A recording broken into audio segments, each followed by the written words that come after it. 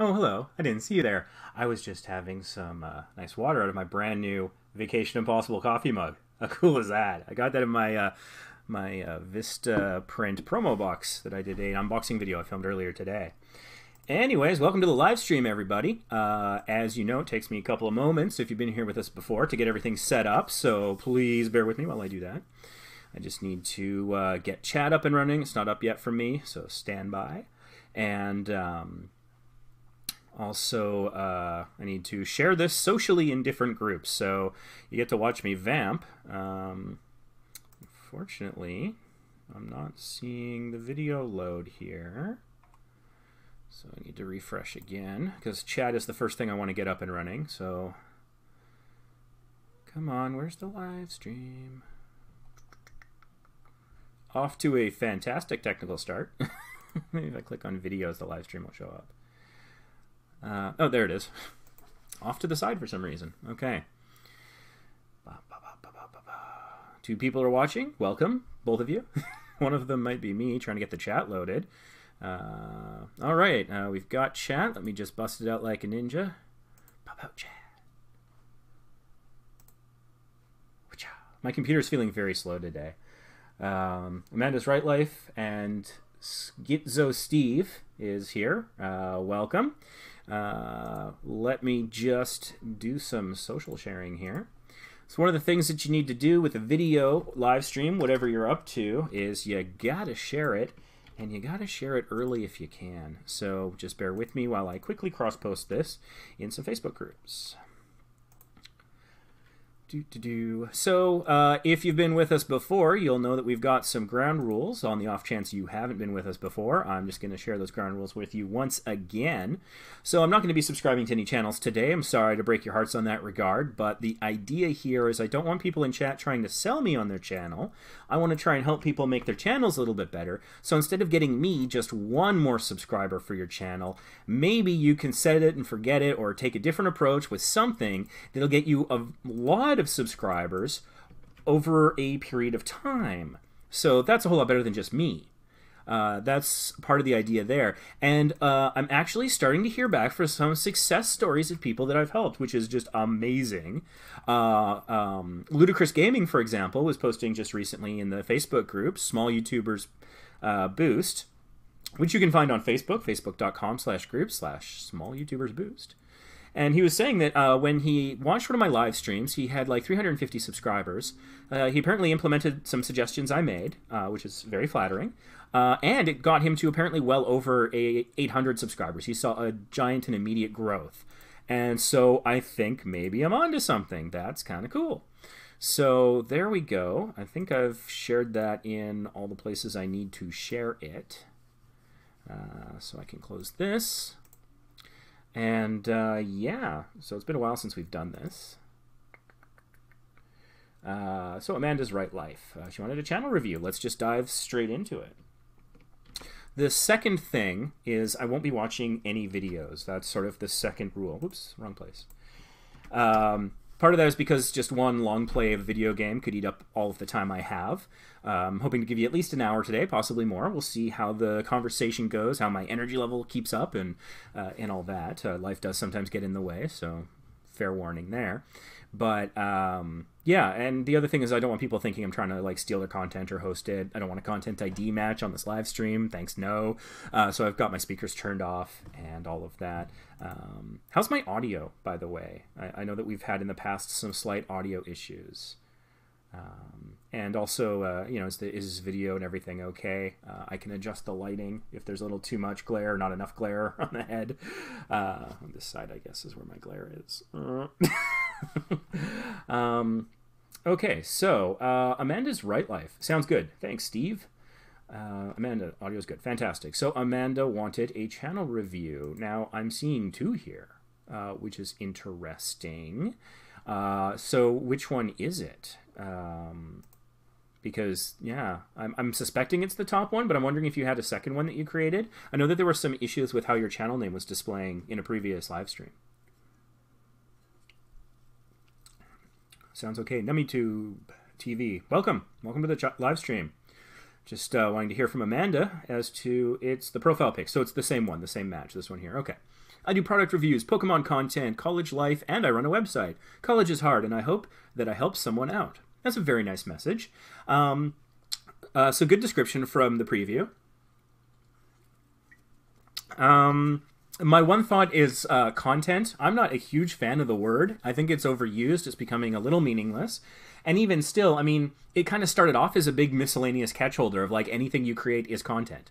So I would consider dropping the word content. But then I guess you would need to replace it because just I do product reviews, Pokemon, college life. Actually, that would probably work. But you could replace it with, I guess it depends on what you do with Pokemon. Do you do Pokemon gameplay, unpacking decks, reviews? If it's a multitude of things, then it might eat up more space, so I don't know.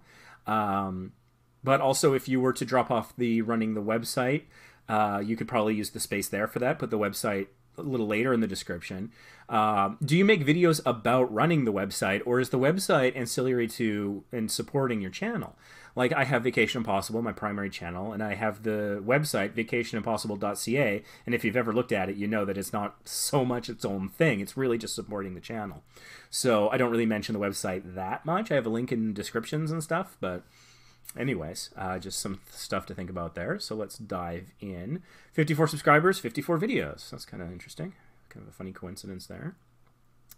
So I like the banner. Yeah, very Pokemon. I like it. Product reviews, unboxings, vlogs, college tips. I like that. That is nice. Yeah, that's pretty sharp. I got not much to say about that. I mean, there could be a little bit more blue between some of the letters, so it might be slightly more legible. And the background image could be a little less fuzzy, but honestly, I'm just getting super picky at that point. Like, this is really solid.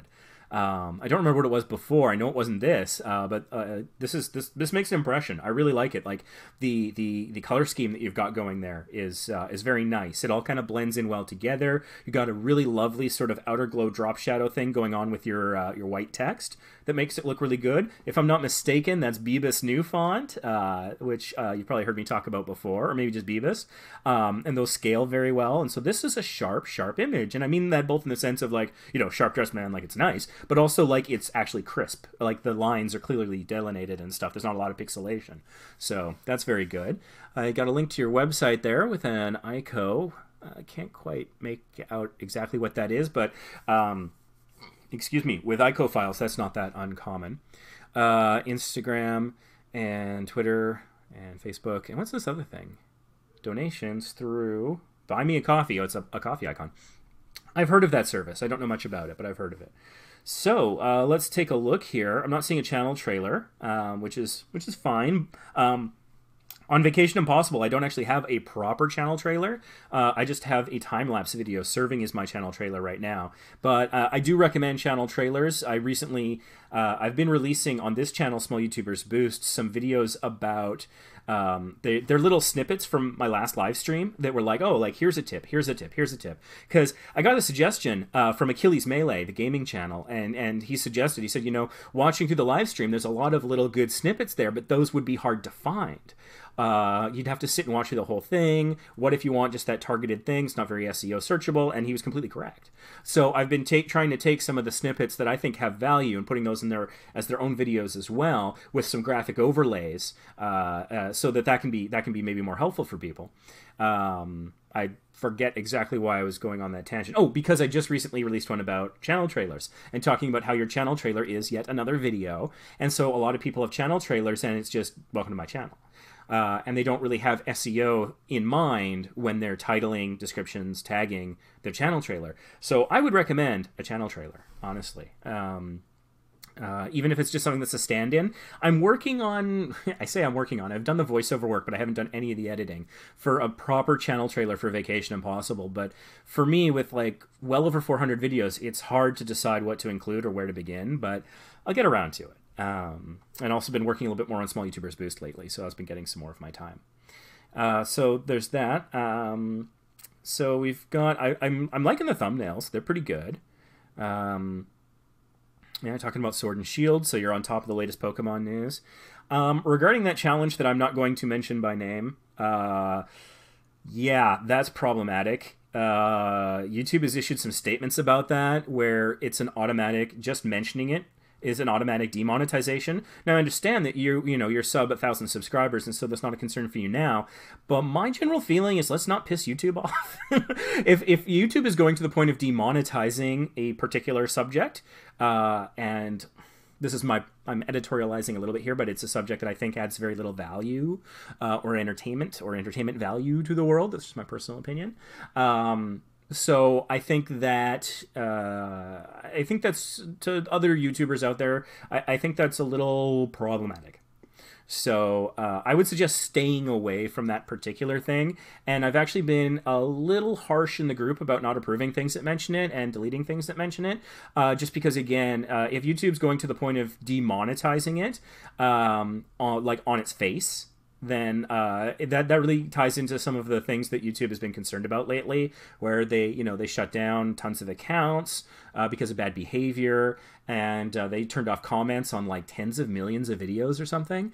So I just kind of think we should try not to, chase trends that upset YouTube.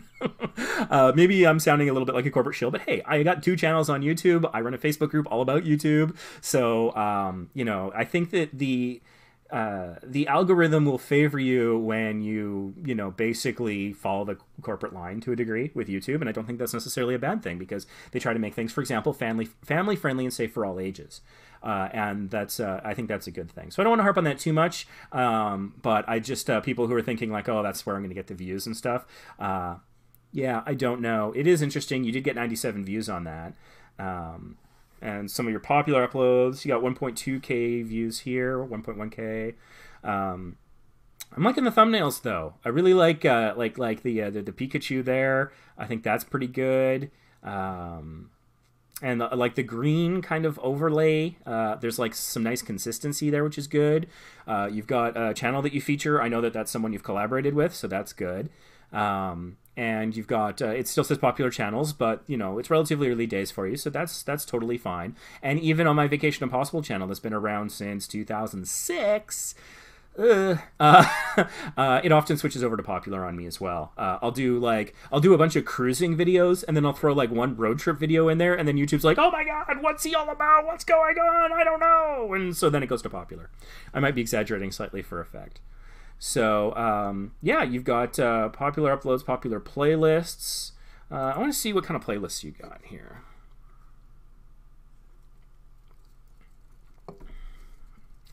So, given that you've got quite a bit of Pokemon content, and you do have a Pokemon playlist, I would suggest on your homepage having a Pokemon playlist that displays as a horizontal row. There might be some duplication with popular uploads or new uploads, and that's totally fine. It's a relatively normal YouTube thing. But I would consider putting that in there probably above popular playlists. Also, just popular playlists, it's not filling out the whole horizontal row. So if you can think of another playlist to put in your list of playlists there, that would just, it would fill out the space a little bit more. The OCD people or whatever, would probably like the balance there a little bit more, and just use all the space that's available in that regard. I think that would be a good idea. Chanalytics. What's Chanalytics? It's a TubeBuddy feature. What's TubeBuddy? TubeBuddy is a browser plugin, website, and mobile app that helps you run your channel. And honestly, I don't get people who don't use it. It's so helpful. And it's, even the free version is so useful. There's a link down below. It's an affiliate link. Video is not sponsored. But I started using it in August. And I said this in my last live stream, and I think in one of the clips from it recently, I wish I had a time machine. I wish I had a TARDIS or whatever that I could go in and go back in time and tell myself, like 8 years ago when TubeBuddy first started, and just shake the hell out of them and say, try it, because I didn't know what it was for the longest time. And then even after I did, I had some concerns about the access it requires. That's it. I have a video coming out soon, I think tomorrow, on this channel talking about the access that TubeBuddy requests and what it's all about and why I think that it's not a problem. And so that held, even once I knew about it, I held back for I don't know, a year. And then once I got it, I started doing so much better in YouTube search. YouTube search probably went for but before TubeBuddy, I think I was getting like 20% of my traffic from search. And after getting TubeBuddy, it's like 50%. So it really helped me with search and discovery and recommended as well, because I was able to do things like looking at other channels' tags, maybe inspiring, maybe finding some alignment or some synergies there, whatever you want to call it. And so I highly recommend it. You know, even if you don't get the paid version, I do recommend it. And so this is one of the functions, Channelytics. I have a tutorial video here on this channel that explains how to use this, but I use it. And so, like, for example, I can see that and when this first loads, you noticed it wasn't loading properly, and so I tabbed over to views and then back to subscribers to get it to load. It's a little quirk of the program, but that's what you got to do. So your subscriber growth was pretty awesome on, what is today? Today's the 9th. You had a great day yesterday. You got 9 subscribers. In my best day, I think I've gotten like 11. So that's, what did you do? as I often ask here, what did you do, excuse me, yesterday to cause that to happen? Because you certainly kicked my butt that day. Also, speaking of TubeBuddy, I'm currently logged in as my Vacation Impossible account because I have the Legend version of TubeBuddy associated with my Vacation Impossible account, so it gives me the maximum functionality here. I went a little overboard. Most people probably don't need Legend, although I think it's pretty cool. But like a Pro or a Star account is probably plenty fine for most YouTubers. So let's see here. You got a lot of views on the second, so you've been having that's interesting. There's this window here of view growth, where it was from March 1st to March 6th. What do you want to bet some videos came out then? Let's go take a quick look. Assuming it's loading. Okay, a couple of videos, but not a huge, like, 7 days in a row with a video every day. That's interesting. So what I'm seeing here so far, you're having a good March to begin with, although the views did drop off, which is interesting. Like, it's unusual to go from 19 views, 600, 1.2K, 800, 700, and then right back down to 20. What happened in that time frame, I wonder? Where were you active on the internet? Were you commenting on other videos in your niche? Were you sharing things on social media?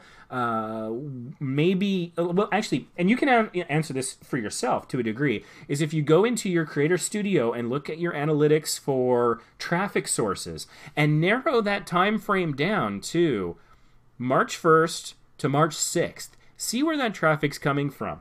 What is it? The fact that it dropped off is a little unusual because, like an algorithm, the algorithm can change and suddenly not like you so much or stop recommending you so much. That does happen. But normally, it's not such a short burst. So, I would see something going on for like 3 weeks or 3 months and then drop off. So that makes me think this isn't an algorithmic thing. That makes me think it's a social interaction thing of some kind. I don't know. Maybe somebody gave you a shout out. Somebody tweeted about you or retweeted something. I have no idea. But your traffic sources would give you a really good clue. Maybe you shared it on Reddit and there was a really good upvoting, or you shared it on a message board. There was a good conversation that came out of it, and the conversation just naturally petered out. I could see that happening. But if it is those things, then it might be time to double down in those areas. Be more active in that message board or Reddit or Facebook community or whatever it is that those traffic sources came from. I mean, don't necessarily hammer them with constant, spamming promotion necessarily, but if you engage them in a helpful and conversational way, and then when it's organic, when it's helpful to them, then sharing links, that can build a long-term relationship. So I'm very curious about where that came from. So looking at your channel tags, you got product reviews, you got a couple versions of your channel name, which is good, college tips, vlogs, unboxings. So one of the words that I would consider adding is Pokemon. Because you do have some Pokemon content there. So you could flesh that out a little bit more. It's pretty decent, but you could have a bit more. You got a lot of good social links, and those all look like they're set up correctly. So that's fantastic. Let's see here. Take a look at your videos. I like that thumbnail. It's nice. Can someone tell me what is happening? It's kind of vague, but it makes me curious what's happening. Most popular. Let's take a look here. Just kind of curious about your thumbnails. Okay. So I'm noticing a trend here. If you notice, like in your top row of popular videos, you got those 2 Pokemon Pikachu thumbnails. So in Creator Studio, in the more recent version, not the classic, you can look at click-through rates for your thumbnail. I suspect you would have good click-through rates there. I'm not sure. It's also interesting to me that those two videos are very long. One is an hour, one is 3 hours. So I think you're taking advantage of some watch time there. On my channel Vacation Impossible, I gotta plug it a little bit, because just today I released a video that has been literally years in the making, where we go to Honduras and we hug a sloth, and it is cool. And it's like a 13-minute video. For my channel, that's on the longer side of things we've done recently, and I'm really hoping that it gets some substantial watch time versus our other videos, and that it can do quite well, because it's there's tears. People are just so happy to hug that sloth, and it's a great video. So I hope a lot of people see it. And I think it being a little on the longer side for my channel is an advantage, and I'm seeing here, it looks like, yeah, the long video, like the very long videos of like an hour plus seem to do well for you. And also look, 48 minutes, 45 minutes, 39 minutes, 42 minutes.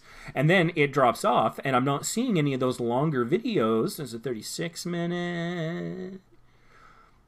And I'm not, yeah, so honestly, what this is, I don't want to say telling me, because I'm not certain, it's not definitive. It could be in how you shared it, or the tags or something that made it do well. It might not have anything to do with the watch time or the run time.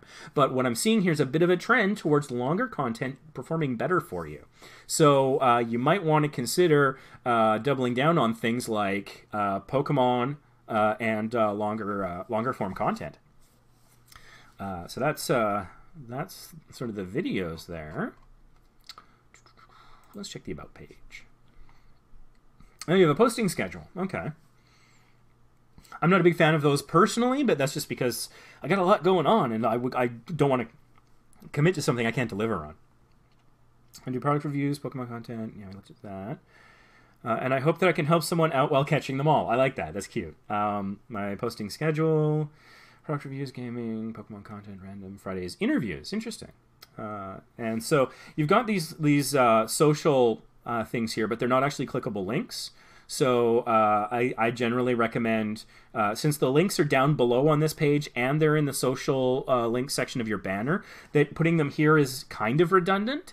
So I think that you could flush out, use that space for something else, maybe talking a little bit more. I don't know. I mean, you've got a bit about why you're here, because you want to help people out, but you know, specifically, you know, you could flesh that out a little bit more. What makes you put in the time and effort? Like, you know, you're here in this live stream right now, investing time, and, you know, it's to presumably do better on your channel. And so what makes you want to put in that time? What makes you get up every morning, and instead of sleeping in on a Saturday, like I did today to get that sloth video out, I woke up early, I got out of bed, and I just hunkered down and got editing. Like, what is it that makes you do that? What drives you? And you know, if you want to talk about that underneath your posting schedule, people could identify with that. I've talked about that kind of stuff before. You know, if you want to hear a professional talk about it, there's a guy out there named Simon Sinek. His book is Find Your Why. He's got, I think, the second most viewed TED Talk of all time. I highly recommend that. It really, like, I'm still trying to find my why. Like, I was thinking about it a lot, and I was thinking, oh, like, I want to inspire people to travel more. And one of the things he said in a talk recently that I watched was that ideally your why you could describe without letting people know what kind of work you do, which is interesting. And you think back to, like, and he uses this example often, like Apple. They're like, everything we do, we want to challenge the status quo. That could be anything, you know. He suggested that TiVo, who has apparently never made money, if they had put their why first, instead of talking about features, start off by saying, we want to put you in total control of your life. That could be a lot of different things. And so I'm still trying to get to that point, because, like, could it, for my Vacation Possible channel, could it be like, I want people to have new experiences and expand their horizons? Maybe. I don't know. I'm still refining that.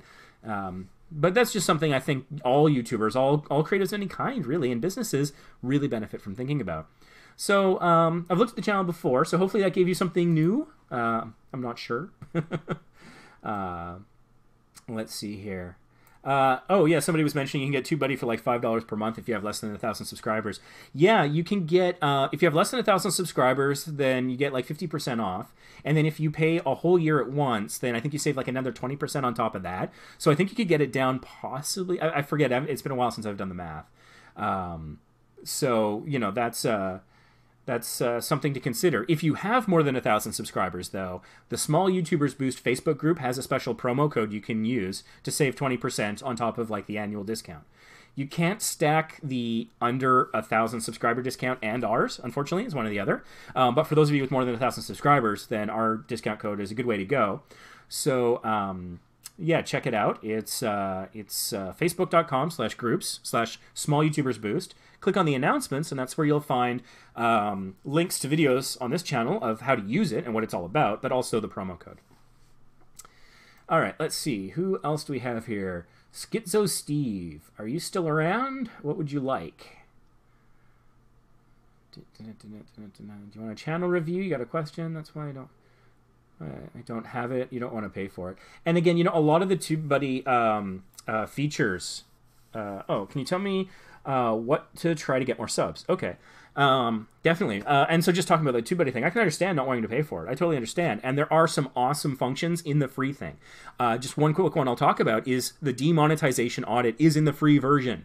So if you want to know before you publish a video whether or not it might get demonetized, it's great. It'll tell you if you've used a word in your title, description, or tags that is likely to trigger a demonetization. So you can go in there and nuke that offending word.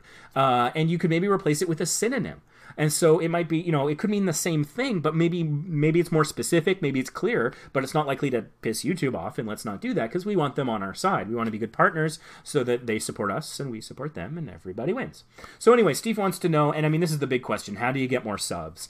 And yeah, I mean, that was something that I really kind of struggled with when the new monetization rules came in, because like I got interviewed by the Daily Beast and the Canadian Press. I had online articles in Canada, where I live, from coast to coast to coast. Every paper, basically, in the country had a version of that article on their website, and it included a link to my Costa Maya video.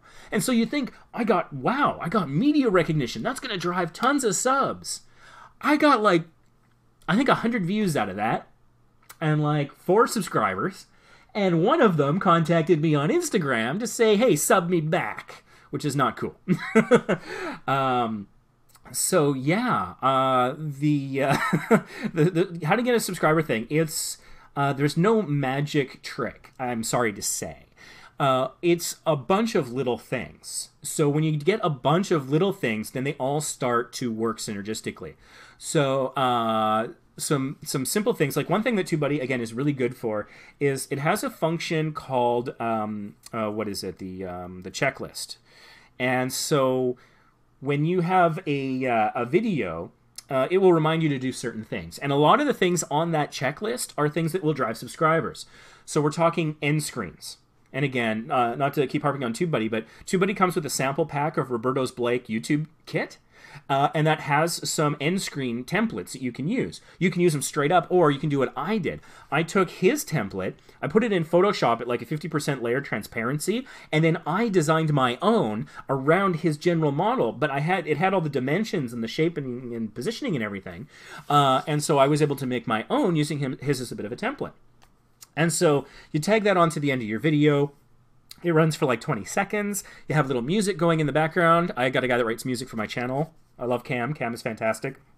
He writes all of our music, almost all of our music. Mindy's written a couple of tracks as well. But I've got this it's like 19.09 second bit of music that just works perfectly. You'll see it. I use it on this channel as well at sort of the end cards, the end screens. And so it's a nice kind of beat. And you got the screen come up. There's the opportunity to click another video. I often put 2 videos just to balance the image. So like most recommended, and then maybe I'll pick a specific one that I think's related, or maybe a playlist or something. Or maybe just something I'm really wanting people to watch. I'm going to be putting that sloth video, I think, on a lot of end screens in subsequent videos. But that subscriber button in the middle helps. So that's one way, is you'll do that. And another thing you can do is under Creator Studio Classic, and I think it's the advanced settings, there's something called branding. And that's where you can go in and put a watermark on all of your videos. So you need to upload a particular kind of, I think it's a PNG with like a transparent background. And then you set when you want it to appear in all your videos.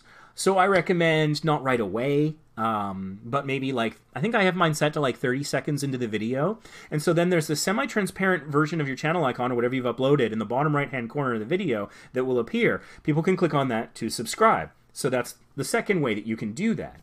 And then another thing that you can do, and it's sometimes is difficult. I struggle with it. I'm not a big fan of it myself. Is you can straight up ask people to subscribe. I really, and this is just my opinion, take it as you will, I really want to stress, don't ask at the beginning of your video. I really don't think that's a good idea. Some people will tell you, oh, but that's when everyone's watching. I don't agree with that. And I mean, no shame to anybody who feels differently. Everyone's entitled to their opinion. My personal take is you haven't earned the subscription yet. You're asking for something from someone before they know anything about you. So think about this, maybe you're, I don't know, you're in an elevator or something, and someone turns to you and says, hey, can you give me $1? By the way, and then you get the story. Or what if they tell you, what's going on, and it's like, hey man, I don't know, I'm diabetic, my sugar level's really low, there's a vending machine I'm trying to get to, but I don't have any cash, could you lend me $1? I know this is stupid, but I'm sorry, I just, can you? Rather than, the ask right at the beginning. I don't know, I would be more inclined to, after I've been through a journey with the person, I know something about them, I've formed a relationship with them, I'd be more inclined then to do something for them. And more specifically, the way on YouTube is, you're wanting to give value to your audience. Not ask for things from them constantly. There's not a lot, I think, of audience out there that's what they're looking for. So if you provide the value, then I say ask for the subscribe at the end of the video. You could maybe work it into the middle if it's like a longer video, especially if you got a mid-roll ad. Maybe do it right before the mid-roll ad, before the mid-roll ad pisses them off. I don't know. But I would suggest at the end of the video. And that's why I like the end cards. But you could also do something verbally prior to or as the end card is playing. Because if they've stuck with you to the end of your video, even if it's like a 90-second video, then they stayed for a reason, presumably. And so that's the time to say, hey, oh, hey, Stupid Robot Fighting League. Yes, one more mukbang. I got a plan. But anyways, at the end, because you've given them the value and they stuck with you all the way to the end. If it's all the way to the end, you want to give them a couple things. You want to give them a call to action so that they subscribe. And then, of course, you want the links to other videos so they stay on your channel. And so that, I think, those are sort of the key things that can probably really drive subscribers. More than most other things. I don't believe in the contests. I certainly don't believe in violating YouTube's rules and doing reciprocal subscriptions. That will get your channel shut down. Don't ever do that. Contests have worked a little bit for some people, but I think that's transitory. As soon as the contest is over, people will mostly unsubscribe. And so I think it's really just those three core things. And when you've got those three core things in place, your end screen, your watermark, and some hopefully creative way of asking at the end for that subscription. And it's funny, the way that subscriptions work on YouTube now, if they don't turn on notifications, it's not a subscription. Isn't a subscription, It's like back in the day, I subscribed to Nintendo Power when I was in high school, and I was like, yes, and I got it every time it came out. YouTube's not like that. Their definition of subscription is not like that at all. It's maybe more analogous to a follower, but not even that. It's like the thumbs up for the channel, really. Because they're not necessarily going to show your videos to anyone just because they're a subscriber. They'll be more likely, but it's no guarantee. That's why we got the whole notification thing, and even that doesn't work great. That's a whole other matter. So, explaining why you want the like, the comment, the subscribe can be helpful, I think. So, one thing that I've been thinking about recently is that I don't want people to like my video to make me feel good. That's not why I would like that. I mean, hey, it will, and it does, and great. That's not why. I want the like because the interaction means that my video is going to come up in search better and be recommended more and seen by more people. And so I try to, when the few times that I do towards the end of a video, ask for it, I'm trying more now to explain why. Please subscribe and like the video to help other people find the same value you did, or some way of saying that. If you can find a funny way of doing that, that's great. I recommend checking out someone like Jimmy Kimmel. His end cards are pretty funny. He's like, oh, I'm not allowed to eat this cookie until you subscribe. And it's kind of funny, It's a little self-aware, but they put the effort in, and they've got like a half dozen that they rotate through on their different video clips. Stephen Colbert used to have a great one that they don't run anymore. Now they just have music and a screen, much like I do. But it used to be something like, make sure to click subscribe. It's almost as satisfying as skip ad. And I thought that was hilarious. I'm guessing YouTube didn't like it, or maybe the joke just got stale. I don't know. But that was really good. So if you can do it in a funny or creative or explanatory way where people are really motivated that way, then I think you're going to see more of it that way. But yeah, so those are the main three when you have those three things, the end card, the watermark, and the ask, then Once that's in place and part of your standard process, your workflow, then focus on getting views, because those will work for you. Then you just got to get more eyeballs on your content to get the subscribers. That's my theory. I do have this idea I wanted to film for my Vacation Impossible channel for end screens, which I call it the Ray in Peril series, where like it looks like I'm in some sort of trouble and I want people to subscribe to get me out of the trouble. So like maybe we'll film it someday. It's a matter of like finding the time is the hardest thing. But it's like, oh, you know, my best friend was in the Navy for 11 years and a lot of his friends are still in the Navy. And so I was joking, like, get like his strongest looking Navy guys to look like they're about to just beat the hell out of me. And then I can just turn to the camera and be like, I can't explain how I got here, but subscribe to get me out. And then I would like look to them and be like, you wouldn't punch a famous person, would you? I don't know. I think that would be funny. I just got to get around to filming it. And different ideas like that. Like I have another idea. Like I have my foot caught in something and I'm dangling upside down from something that looks precarious. And I'm like, subscribe to get me out of here. And then like camera pulls back and it turns out like I'm on a little swing set and it's totally safe or something. I think that'd be funny. Yeah, John, I hope you get your t-shirts soon. John bought my first ever merch, which is super exciting, from Teespring. So we're sort of testing that out. I've never done that before. Yeah, let's see here. So Steve, I hope that answers your question, gives you some ideas. And again, even the free version of TubeBuddy will be good about reminding you about things like end screens and info cards. Info card doesn't necessarily drive subscriptions very well, but again, and I've said this on previous live streams, do everything that YouTube gives you the opportunity to do to help your video. They don't just give you these tools because maybe it'll be great for you. They genuinely want you to buy in. And so if you have the opportunity to create an end screen or an info card or whatever, use it, because then the algorithm has more data to chew on to know about you. It creates more links, more opportunities. I think the algorithm will favor you the more YouTube features you use. Let's see here, Nummy Tube TV. If you're still here, what would you like? Do you have a question? Do you want me to look at your channel, a tutorial? I can look at SEO on a video. I won't watch a video, but I can look at the tags. Hey, all right, getting a good crew here. DJ Talks is in the house. LexMark66. I didn't realize that was your YouTube username, but welcome to the party, man. And another guy named Ray. I'm Ray too. A couple rays of sunshine. God, I hate that. Do you get that too? Oh man, drives me nuts. Tasha Tash says TubeBuddy is good. I'll pay for the extra soon. Yeah, I think it's worth it. At the very least, the Pro. Probably even the Star. How are you doing? I'm doing all right. The Weird Couch every now and then. Ray reviews channels. The Weird Couch? Are you talking about my couch? I bought it secondhand. I don't know. I don't know what to tell you about my couch. Yeah, no, my name's Ray. Is there a way I can prove that easily without like totally giving away my full name? I'm not sure.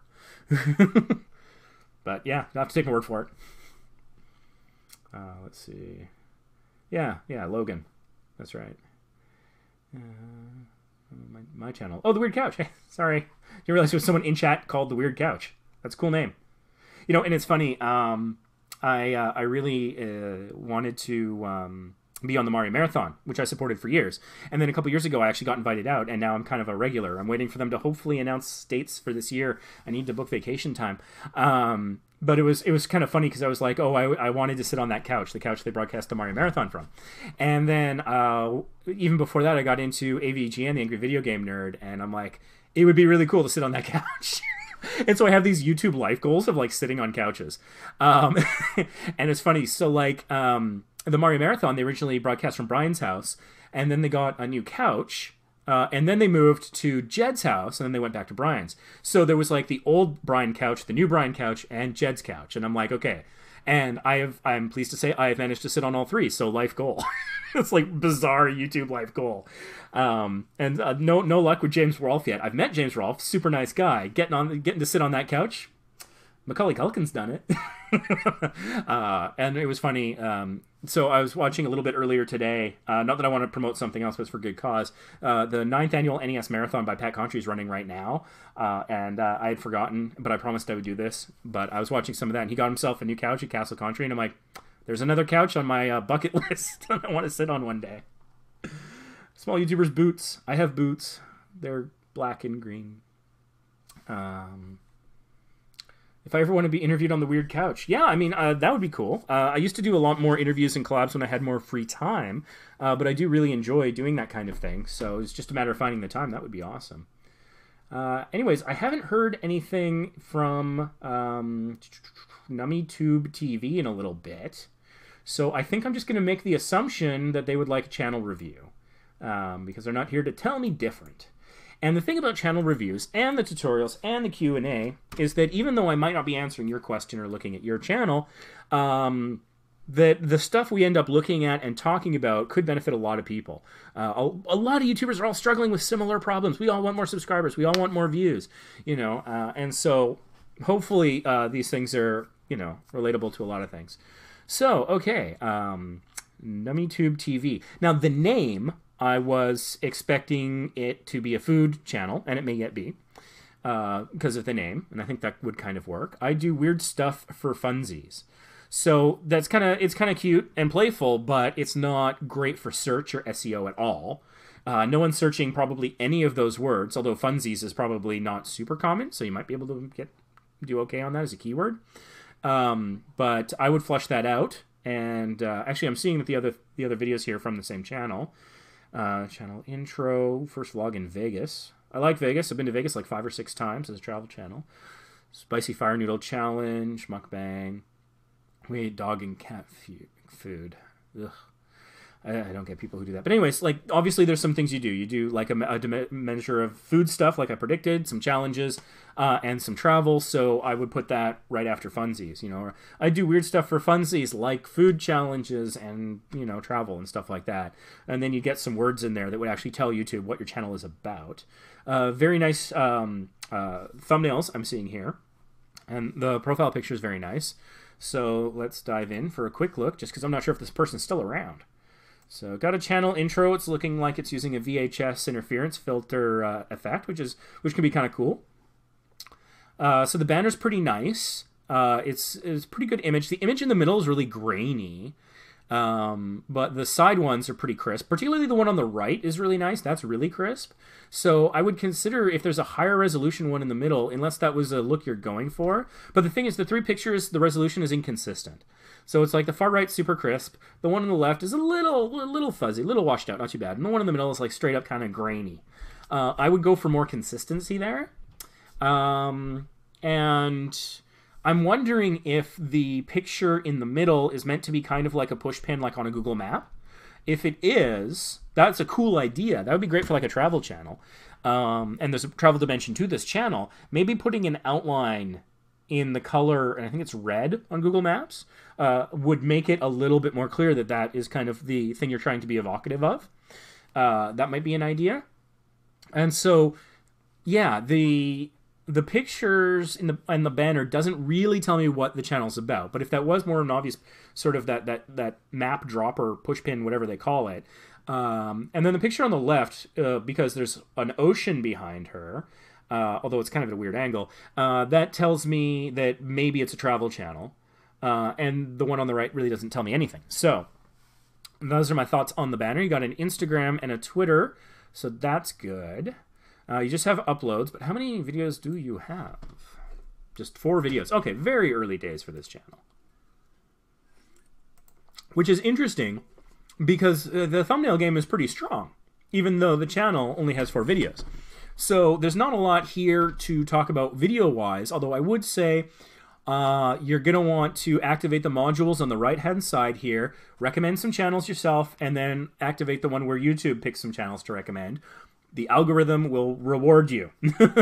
Trust me, I've told the story before, but I have my video where I got kicked off some rides in Six Flags Magic Mountain.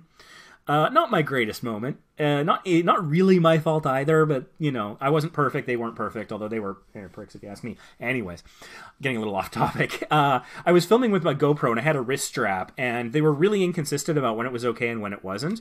And basically, the rules, and this was years ago, the rules were not on their website, not on the ticket, and not at the gate. They were on like a tiny part of the map, and they were out of maps that day. So I literally had no, and there was one sign that you have to walk through because it's directly under a ride. So like you walk by it, you don't have any time to read it. There's like 20 things on that sign. And then there was another one that was like really far away. We point all this out in the video. Anyways, that video did fairly well. I think I released it the day after Christmas one year. And for like 6 to 8 months, it did gangbusters. It got 8,000 views. And I was very pleased. The comments were horrible. Apparently the people who worked at the Six Flags found it and shared it. And so like I got comments about like how I needed to be murdered, that my kid needed to be taken by child services, how I should never be allowed in an amusement park again, how I'm the worst kind of human being on the planet. And I was reading all this, and I remember thinking, I was like, I should be really upset that these people literally want to kill me. But the only thing I could think of was, looks like we made it. I had my first haters. And I'm like, this is a rite of passage. It's a milestone in your YouTube journey. And so the comments were also driving the interactions. Anyways, the reason I'm talking about this video is it was doing very well, and it was getting a lot of recommended and doing very well in search. And then one day I'm tooling around with my channel, and I accidentally clicked the wrong thing, and I deactivated the area where YouTube would suggest other channels. I immediately reactivated it. I didn't actually make any other changes to my channel that day, but there was immediately that day that video stopped being recommended and stopped coming up in search. And I don't know, it could be a little conspiracy theory on my part, I'm not sure. I don't think I'm wearing a tinfoil hat, but I could never get it recommended again. And I could never restart that video. It just died. And I think I upset the algorithm, you know, the Skynet of YouTube, the computer overlords. I don't like people who like blame like YouTube, like there's a guy twirling a mustache behind the scenes being like, yes, small channels shall suffer. I don't buy into that. Just because I know that that's not how the technology works. It's an algorithm. And I think one of the data points the algorithm takes into is, do you have that activated? And if you do, so, yeah, that it could have been a coincidence. I don't know. But because of that experience, I'm leaving that up forever. I'm never touching that box again. Because I think, you know, I want it there, and I want my videos to be recommended. So, not a lot to go on here. No playlists. I would recommend creating at least one playlist, even if you only have 4 videos, even if you only have 1 video. Because again, that's another thing that YouTube lets you do. And so you do it, and then the algorithm, I think, gives you 1 more check mark, 1 more point, 1 more plus to House Gryffindor, so you get your videos, you know, recommended more often, or doing better in search as a result of that. Speaking of that, I have an interesting theory. You may not have noticed, but there is something different about this live stream that hasn't been the case ever before. Can you guess what it is? Yeah, I changed this box I'm in. I'm in a box. And I shaped it a little bit, and I made it a little bigger and moved it down. Other than that, there's one big change, and it is, if you haven't guessed, actually I'm going to see in chat. What's different about this this live stream? Does anybody know?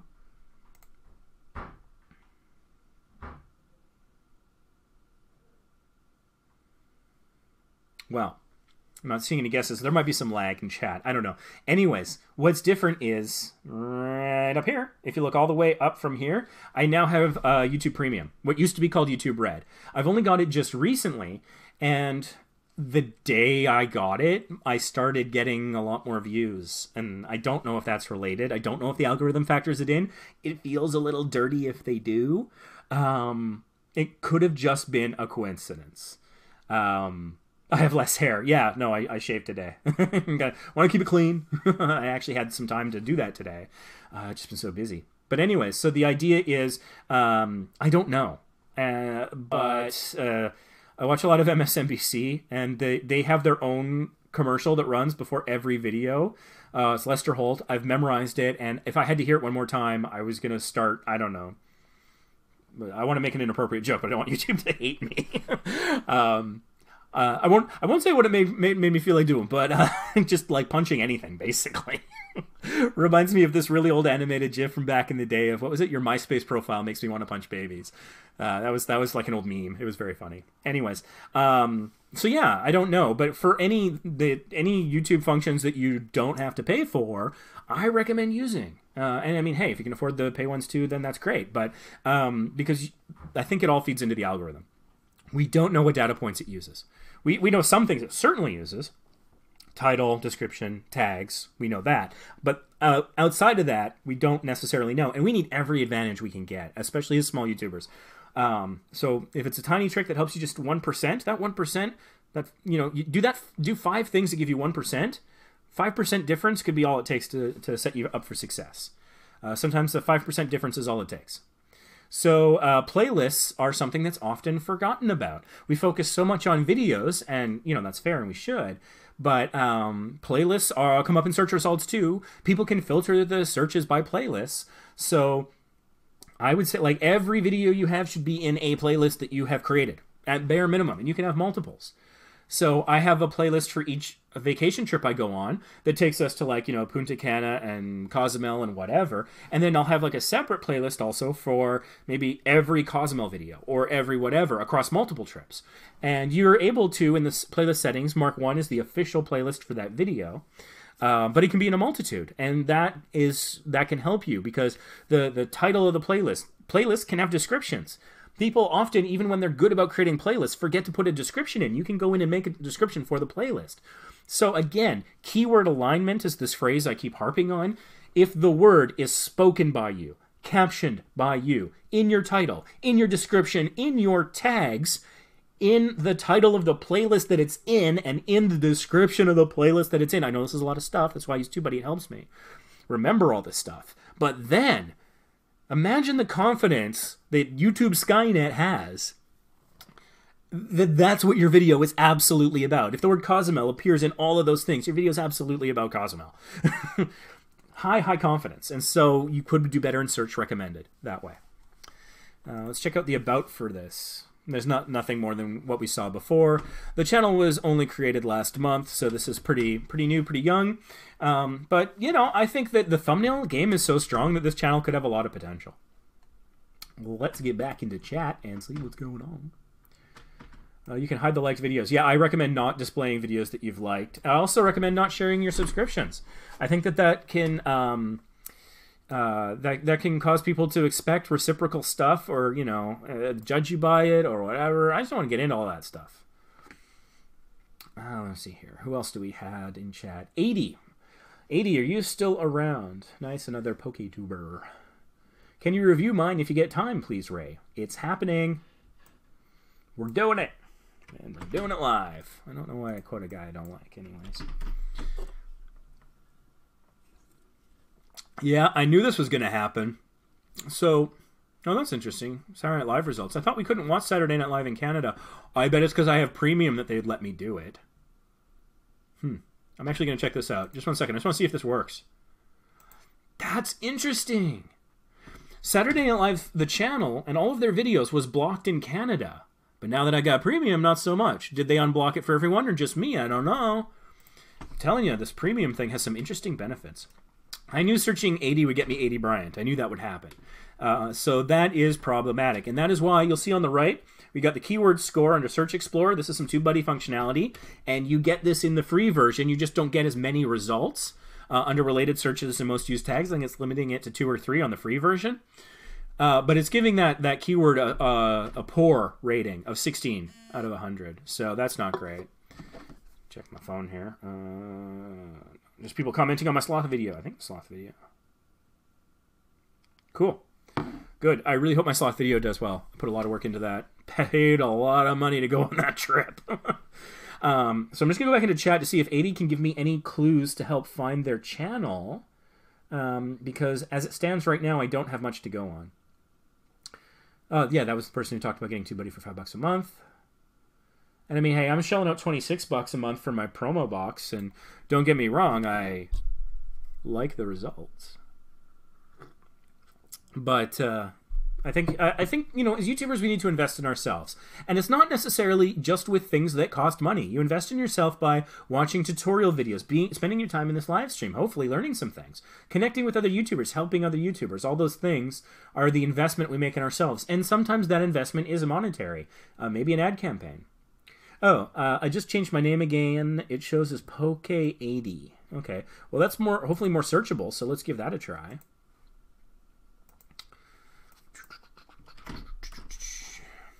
Okay, that looks like you, I think. Yeah, that looks like a match. Cool. Okie dokie. Love Pokemon. Have some fun with the funniest man on the internet. That is quite the claim. If it were true, that's awesome. Pokemon from Gen 1 to Gen 100. Pokemon TCG, the card game, I presume. Yeah, I don't know Pokemon that well.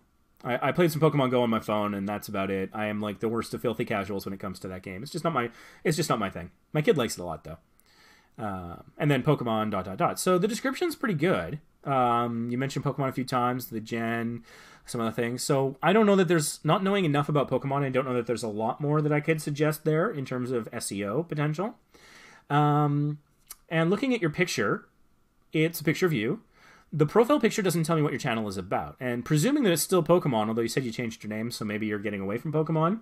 But if you're still doing Pokemon, what I would recommend, as what would be maybe a really cool picture, is if it was you, but like if there was like a Drowsy on your head or something, like the Pokemon Go AR functionality.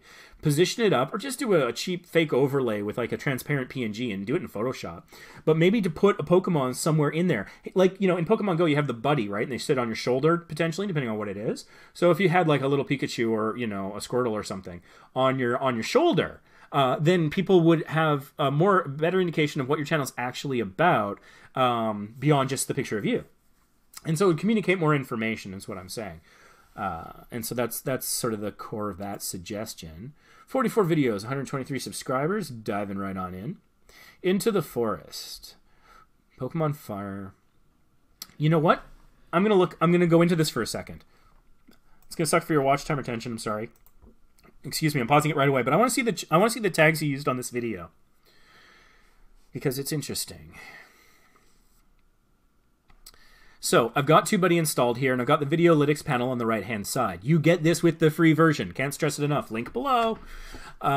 Click to load, and it will tell me how you're ranking for your search terms. You're not ranking on any of them. So, that's interesting. So, I think that your search terms for this video could use something a little different.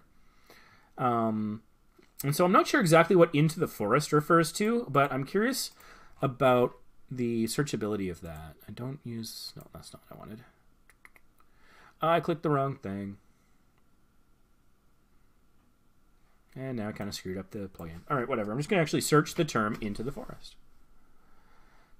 Oh, okay. Looks like there was a movie or something called Into the Forest. That's a shame. I thought that might have been a good opportunity. A poor score. Okay. I'm not giving up on this. Into the Forest Pokemon. Okay, it's auto-completing, so that's not an unusual thing. But look at that. The score for Into the Forest Pokemon is 56. So I would suggest trying, as a single keyword, Into the Forest Pokemon for that video. Let's flip it. Let's put the Pokemon at the beginning. What does that do? Okay, so 56 for Pokemon at the end. Pokemon at the beginning, 60. Even better. Pokemon Into the Forest. Try that keyword. I hope it works for you. Give it a try. But it looks like the search volume's not huge, and the competition's not huge either, but that's actually a good combination. That's like a long tail keyword.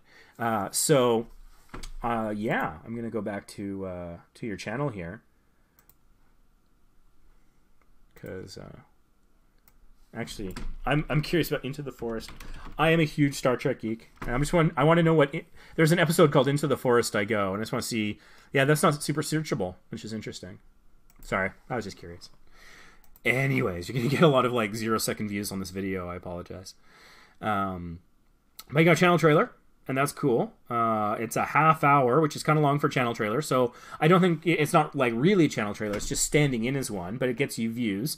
And that's the other thing, you know, for people who don't have channel trailers, it's free views to anyone who hits your channel page. So you should have something there. I really recommend it. 80 the Pokemon Man. I like that. I like the font. I like the inner glow shadow effect that you've got going on the text. That is nice. It doesn't contrast great with what's immediately behind it because Pikachu and the yellow lightning is right behind the yellow, but you do have the stroke, the outline of black. I would consider to make the text pop a little bit more, further adding an external drop shadow. I think maybe you have a bit of one. No, yeah, you do. Maybe thickening up the stroke a little bit, adding a few more pixels to that might be an idea. The background image is pretty cool. So that's pretty awesome. It looks like Jigglypuff's getting a raw deal, though, in that banner picture, because Pikachu's just like, I'm here right now, and Jigglypuff's like, I'm back here. Not that anyone cares. So you got uploads, and you had, like, what was it, 44 videos, right? So I suggest making uploads a horizontal row, because right now you're only displaying 4, and if you had them horizontally, you would have 5.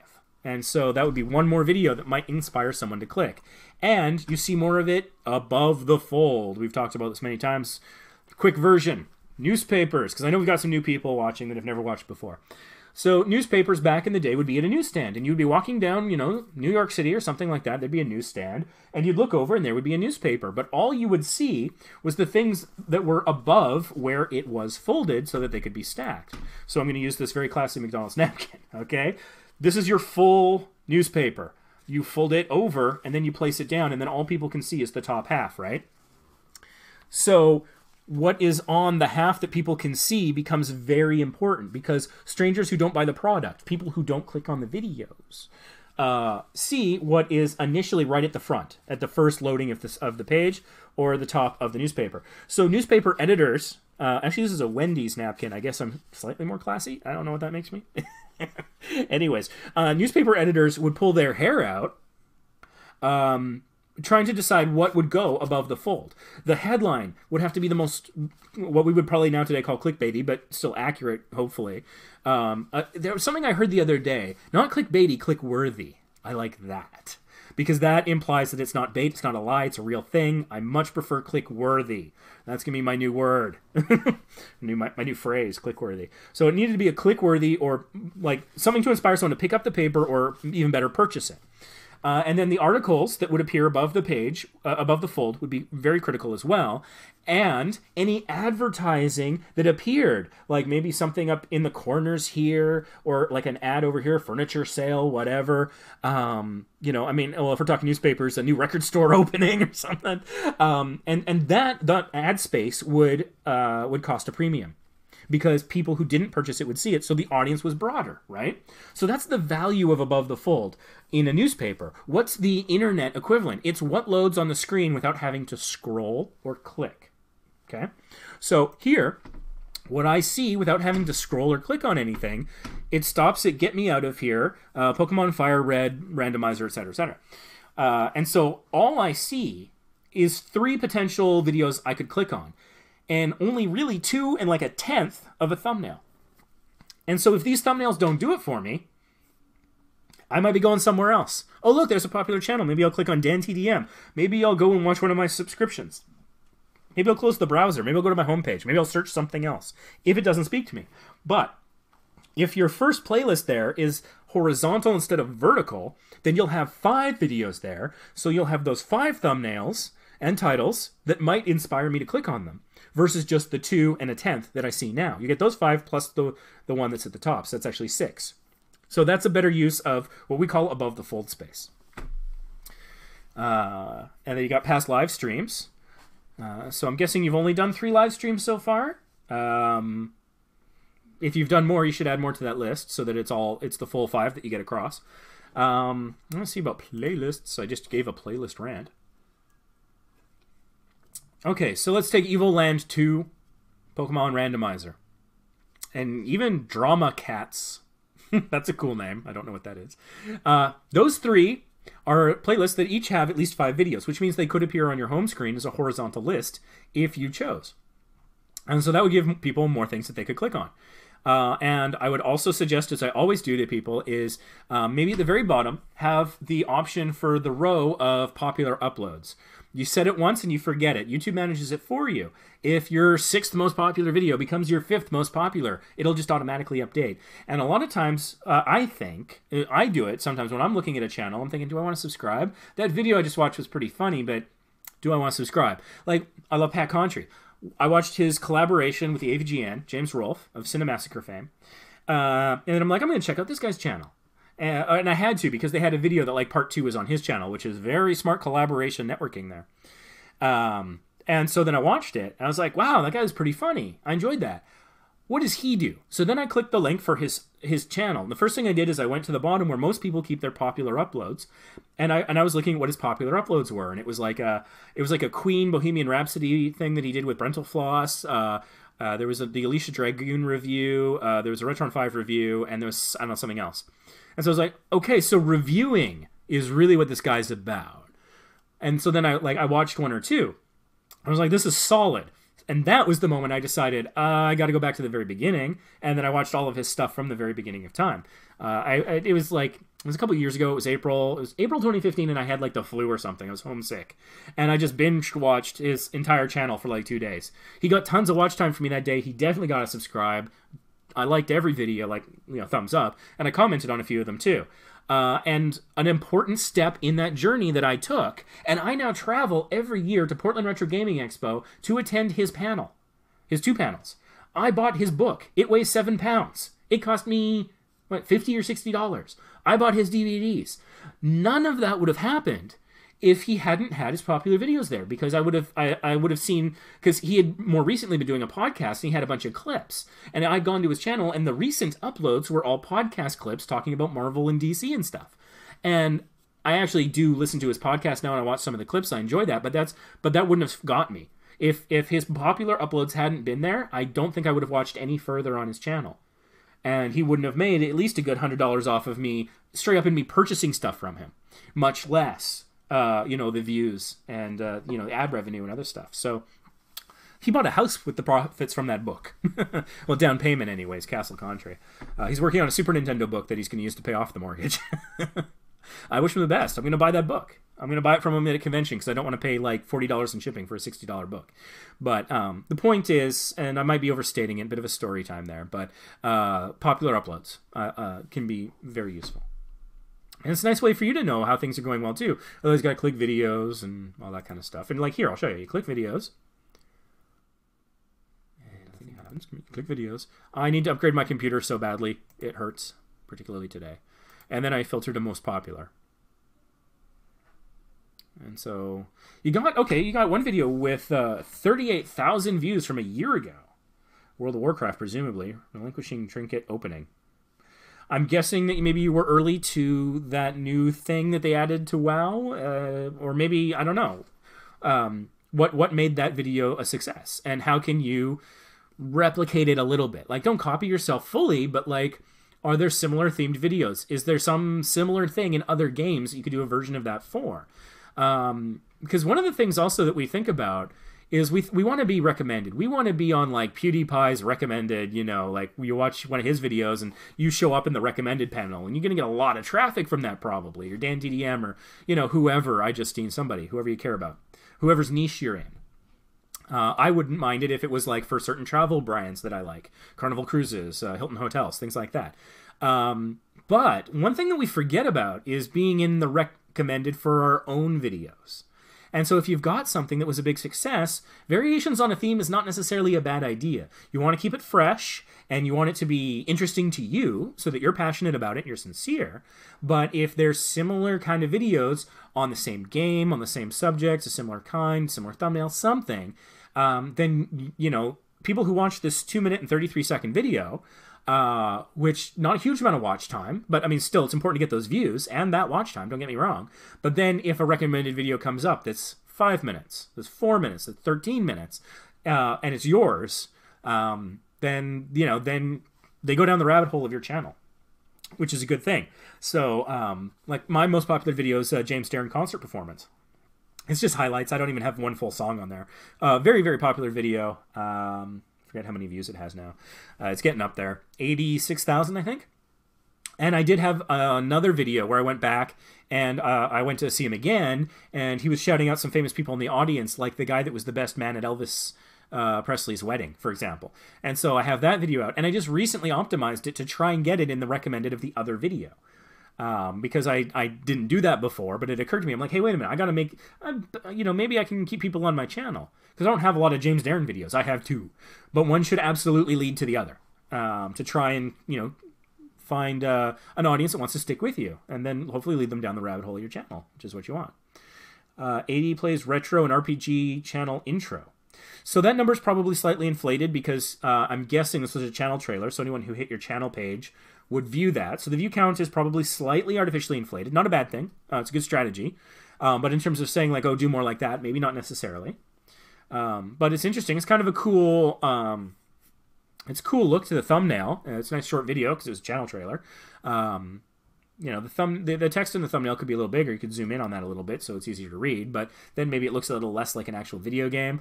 You could put a little bit more space between push and start if I were to critique the thumbnail, but just some thoughts there.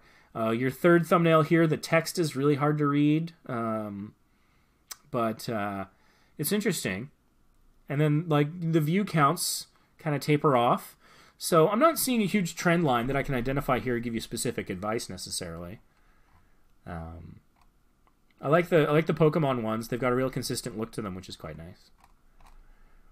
Let's take a look at the About page. Pokemon Go, Pokemon News, things and more. New 2019 goals. 5 videos a week, 500 subscribers, 2K watch hours, and at least 1 like and comment. I don't know about including that, honestly. I mean, I don't know. There's something to be said for sharing goals with your audience if they engage with you in that way. But if you're not getting comments where people are like, hey man, like, congratulations on hitting 100 subscribers, if your audience isn't engaged in that behind the scenes, how the sausage is made kind of thing, then I wouldn't necessarily talk too much about it. Watch hours, for example, is something that your audience... It's not a journey they can really go on with you. They can hugely help you on the journey, but they can't see your watch hours. And watch hours, other than algorithmic advantage, and that is just like, we want all the watch hours, there's no set number. The time that watch hours have a set number and goal to them is about monetization. And I don't necessarily know that the audiences would really buy into that hugely. So I'm not sure about having the goals, or maybe push them a little bit further down, maybe add a paragraph. I've talked about this earlier, but why do you make the content that you make? What is it that motivates you and inspires you, and what do you want to accomplish with it? And I'm not talking about goals of, like, you know, quit my day job and be, you know, start an LLC or an MCN or whatever, you know, and become rich and famous. But, like, there needs to be a why that's more fundamental than that. Those are outcomes. Those are results. But why this? You could have made a video channel about anything. What is it about this that speaks to you in some way, that motivates you, and what are you trying to share and accomplish, and what do you want people to get from it? Just say it out loud, and it might help you with SEO as well. Let's take a look at your Channelytics.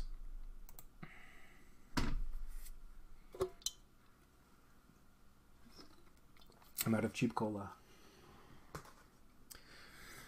Okay, and this is the TubeBuddy thing. It's great for Channelytics, but you do have to get it to refresh by clicking over to views and back to subscribers. One day I'm sure they'll fix that. Okay, looks like there's been a subscriber loss recently, so that's unfortunate. You're down 3 for the month, so that is curious. So for something like that, if you go into Creator Studio and you look at your subscriber tab, analytics, then subscriber, not subscriber right away, because I'll just give you a list of people. You want analytics, then subscribers, and then you can dive in to see a little bit more about where they were lost and maybe how. If the accounts were closed, it'll say closed account. And if that's what got you, then there's nothing you can do about that. Do not beat yourself up if it's closed accounts. Those might have been stuff for some people who got their accounts shut down, scammers, people closing their accounts, who knows, whatever. That is totally out of your hands. Don't blame yourself. Unless you did sub for sub, in which case blame yourself a lot. But if you're here and you're part of this group, you probably didn't. You probably know better. So I'll take that on faith. But if there's a particular video, because it'll show you what video if they unsubscribed while watching a video, it'll tell you which video it was. So you can see this video gained you 8 subscribers and lost you 2. And this one gained you 1 and lost you 13.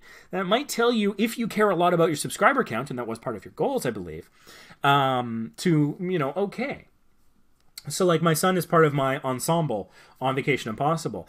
Videos where he appears by himself often cost us subscribers. It's a net loss. I've learned that recently. I haven't told him yet. I don't know. I feel a little bad about that. But, you know, he's learning and getting better on camera as time passes. But that's something that I try to be a little bit aware of. And so it's like, okay, so maybe having him not just by himself. and that does better. And I've also learned from looking at my channel that things that are informative, tutorials, how-tos, tips, tricks, that kind of stuff, hacks, whatever you want to call it, that gains me a lot of subscribers.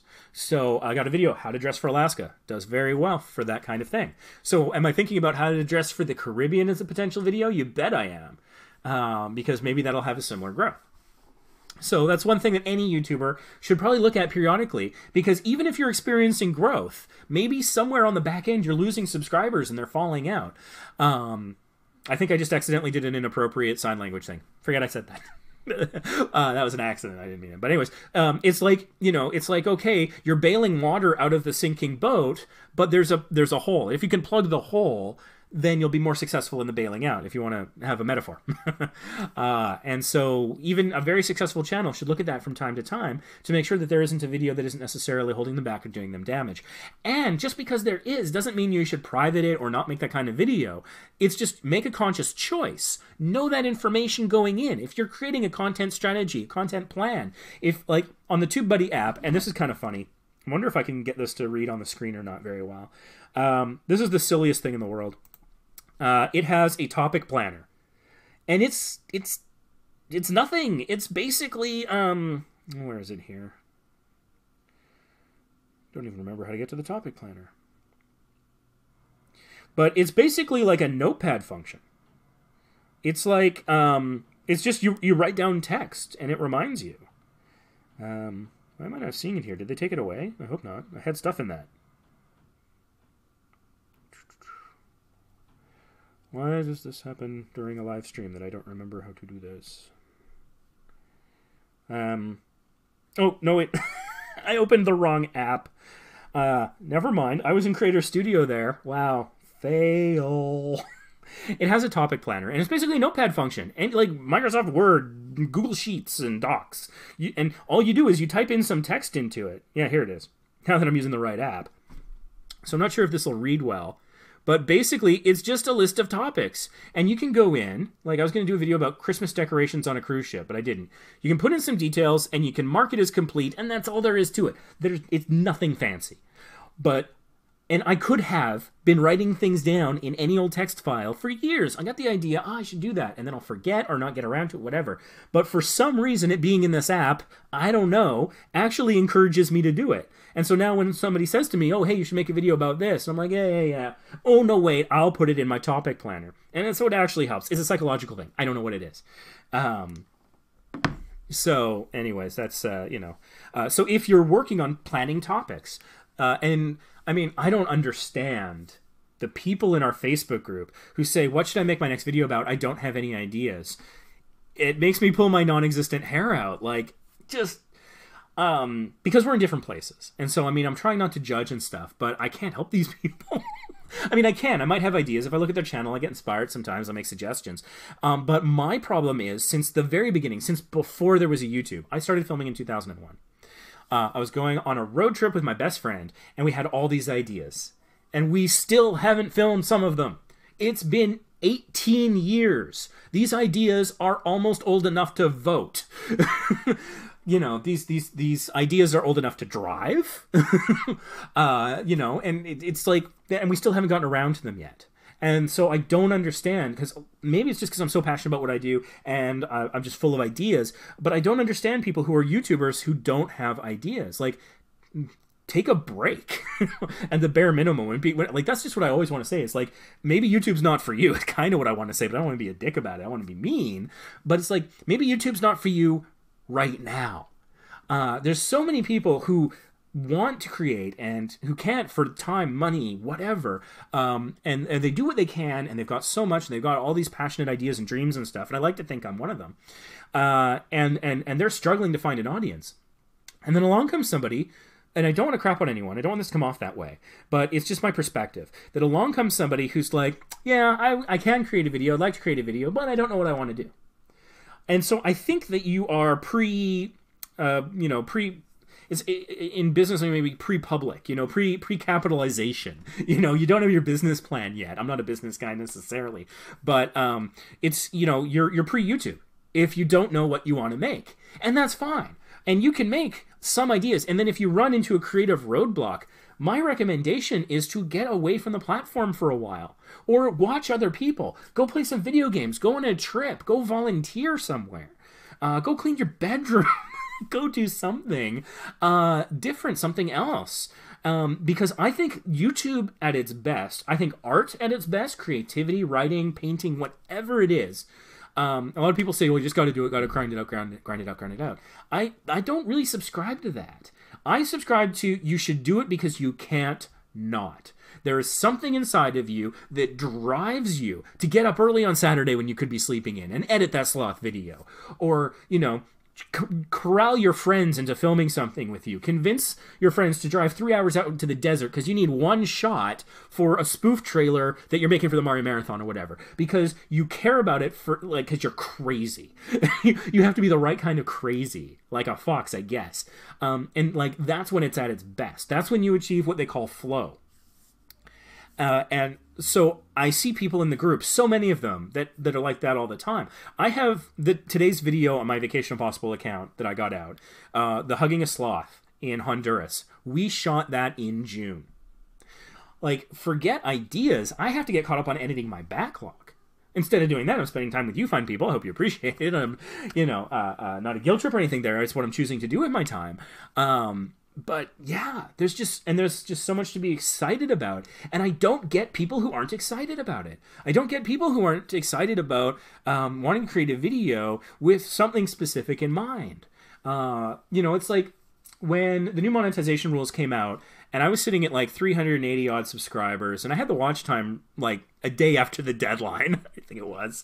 But I was struggling for subscribers, and so I was like, you know what? I'm gonna, as part of my strategy, I was gonna say yes to everything. I should have mentioned that earlier. Here's secret tip number 4 about getting subscribers. Possibly is do as many collabs as you can, so you get exposed to different audiences.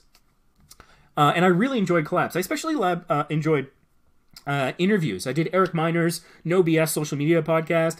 I did some other podcasts that I just can't think of the name right now, but they were all great experiences. I did some voiceover work for some gaming channels, and I did whatever I could. And I said yes to everything that I could fit into my schedule. And so I was talking to other people who were really excited and passionate, and they had all these ideas and all this stuff. And I feel like we're kin. I feel like, you know, like I was connecting with these people, and it was great talking to somebody who doesn't look at me like, you do YouTube? Why? Well, I've got a million ideas and I care a lot about them, and I don't know that anyone else will. Like, here's how crazy I get, or I have gotten. I have a video on my channel called Battleship Belfast. And you may have heard this story before, but this is crazy. I don't know how many views it has. I think it has like 34 views. I spent so much time on this. I was in London and I went to the HMS Belfast and I was filming stuff for the Travel Channel, right? But the problem was inside this battleship, inside I think it's a destroyer, I'm not sure, the lighting isn't great because it's authentic. And the sound and the acoustics were horrible. Everything echoed, there were sounds, and there were sound effects and music that was playing. And so I was just like, I want to show people this thing, but how do I make them want to watch this? And so I hatched upon this idea that I swear to God I'm the only person in the world who cares about or would like or appreciate. One of the very first movies ever made was a piece of Soviet propaganda called Battleship Potemkin.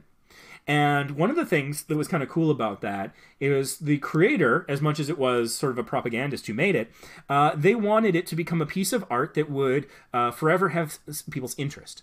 And so what they wanted is a silent movie. And so with silent movies, what they would do is they would play music when people were watching the movie. So what they wanted is every 10 years, because they thought this would be a piece that would be around for all time, for someone to come along and write new music for it to keep it fresh. And one of my favorite bands of all time, my absolute favorite band actually, I've met them twice, the Pet Shop Boys did a soundtrack for the Battleship Potemkin a couple years before I had this situation. So I had this inspiration. I'm like, I'm going to do an homage to the Battleship Potemkin, okay, in this stupid little tourist video about this ship that you can visit in London. And I went, and I watched it, and I recreated in Photoshop my own version of all the title cards, and I tried to get the pacing between, the clips where the cards would come up. And I even tried to make it grainy in just the same way as the Battleship Potemkin. And admittedly, I used the Pet Shop Boys soundtrack because that was before I had a composer, and I was just getting content ID matched for everything. I was never going to make money on this channel. I was never about making money on the channel. But I wanted to get this thing out there, and it feels pompous to call myself an artist. I wouldn't, generally, but I just feel like a crazy person who makes videos. And so I was so excited, and I was full of energy, and I worked on it for days, and I published it, and I showed a couple people, and they didn't get it, and I'm still, to this day, super proud of that video that no one else gives a damn about.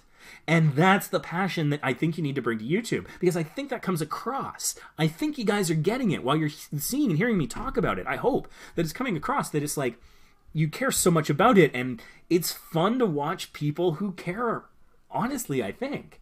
And because you care, it's never going to feel like work. What's that old saying? If you find a job you love, you'll never work a day in your life. It's kind of like that. And so when I see people saying, like, what should my channel be about? I'm like, whoa. You are way early. Like, you are not ready for this. You need to find what you care about first. You got to do your own work. Soul searching, whatever you want to call it. I mean, soul searching can take a lot of different forms. It could be partying in the club. I'm not saying you need to go meditate on a rock somewhere. You know, follow your life journey wherever it takes you. But I think the most successful YouTubers, and if you're identifying with anything I'm talking about, that means you, is the kind of person who can't sit there and not make something for YouTube. You know, it reminds me of this Alanis Morissette song a little bit, but it's basically like, I can't not do that. And so now is where I think Ray comes in and Small YouTubers Boost comes in. Now that I can't not make it, how do I make it so I find an audience? How do I make it as good as I can? How can I make it to game, you know, the algorithm in my favor so that it finds an audience? That's what we're here for. I got off on a giant tangent there. I apologize. I was just ranting. Anyways, let's see what's going on with the channel here. Let's see what's happening with the views. Views are pretty steady and consistent. Videos. Okay, that's interesting. You had 3 videos come out in one day, March 4th. And it looks like you lost subscribers on March 4th. So, I mean, I'd probably need to social blade your channel to really know for sure. But, yeah, actually, let's just do that. Just get your channel ID here. And let's head on over to Social Blade. And I think there's a takeaway here. I think there might be something actionable from this. Let's take a look. Yeah, there it is. Lost a subscriber March 4th. Now, it's not a lot, admittedly. You only lost, you know, there were 3 days where you lost 1 each day. But when you have, you know, 120 some odd, it feels, at least it did to me when I was at that level, it feels like a lot. It feels like I would, it would upset me so much losing 1 subscriber back then. I would be like, well, I'm not getting back into YouTube until I get another subscriber back. Such a pompous prick on that. I was like, And, I mean, thankfully, I would end up getting 1 back, and then I'd get back into it. But it was good for my mental health because I would take a break, and that's not a bad thing. And I do recommend the value of that, especially, like, creator burnout. People are talking about a lot these days. And so having triggers that, you know, okay, now it's time to take a break is not a bad thing. Anyways, the point I'm making here is you released 3 videos on that day and you lost a subscriber, which makes me think that 3 videos in a single day is too many. I think a video a day is a good pace to achieve as much as possible. The algorithm really cares about how many views you get in the first 24 hours and the first week. During the first week of a video, it gets tagged, like you can actually see it on other people's videos and your own as new. That will actually appear, similar to like closed captioning or 4K. You'll see it there. There's a little thing. And so it's marked as new for that first week. And that actually means something. It's not just a, hey, this is new, although that can be helpful, especially if you only watch the most recent, you know, Rachel Maddow or whatever. It's easier to find the new stuff. You don't want to watch news from 2 years ago by accident and think it happened yesterday. It's like, oh no, Challenger blew up again? A little too old, but you get the idea. So in that first week, it gives you a greater opportunity, and also in that first hour. Like, for example, my sloth video that I released today, it initially ranked number 4 for the term hug a sloth. An hour, that was right as soon as I launched it. An hour later, it dropped down to 6. And that's because that first hour is important. It's something called view velocity in your first hour. And so it extrapolates a lot from the first hour as an indication of whether the video will be a success or not. And the algorithm favors success. It's biased towards success. So if you have a strong first hour, it'll keep wanting to show you more. If you have a weak first hour, they won't want to show you so much because they'll want to show something else that people will actually click on and watch for a very long time. So people stay on the platform. It's the ultimate goal of YouTube. Keep them on the platform. It's not even watching multitude of views, it's duration of time. They've made that choice for whatever reason. Doesn't make sense to me. I would have gone for view count because that's more ads, but whatever. They made their choice, and I'm happy to follow along because I'm a good little YouTube player. At least I'm trying to be. So the first day has a similar thing. At the 24-hour mark, the algorithm looks at the video a little differently. And then at the week mark. And then after a week, there's no revision of that sort of thing to the same degree. So the most important hour of your video on YouTube is the first hour. The most important day is the first day. The most important week is the first week. Even big YouTubers will tell you that they make pretty much all of the revenue that they make off of their videos in the first week, often in the first day or two. Partly because, like, if they've got a loyal fan base, they'll probably watch it early. But also after that week, YouTube is less willing to take a risk on the video because they think after a week of data, they got a pretty good sense of how successful it's going to be, how people are interacting with it, whether they like it, that sort of thing. So having a new video at least every week is a good thing. And I've been testing out this a little bit on my Vacation Impossible channel. So because I'm a travel channel that focuses on North America, there's a particular time frame that's advisable for uploading. And so for me, I have found that like between 10 a.m. and 3 p.m. is my upload window. If I'm outside of that, I could do earlier, but if I'm later, I don't get as many views. And that first hour, that view velocity really suffers. And so the video suffers long term. Unless I'm really rocking those search ranking tags, it's not going to do great. So I need to upload in that sort of window. That's fine. And because I have a day job, that means generally speaking, I can only upload and promote actively on weekends. So I can normally bang out 2 videos a week. If I get an extra day off or there's a holiday, maybe 3, maybe as many as 4. But generally it's 2 a week that I can maintain. Small YouTubers Boost isn't the same, and I'm not super huge about growing this channel. It's about helping people, not growing it necessarily, although one leads to the other. Also, by the way, I saw that you recently passed 50,000 views. Congratulations on that. That's awesome. It's a big milestone. But anyways, just getting back to that.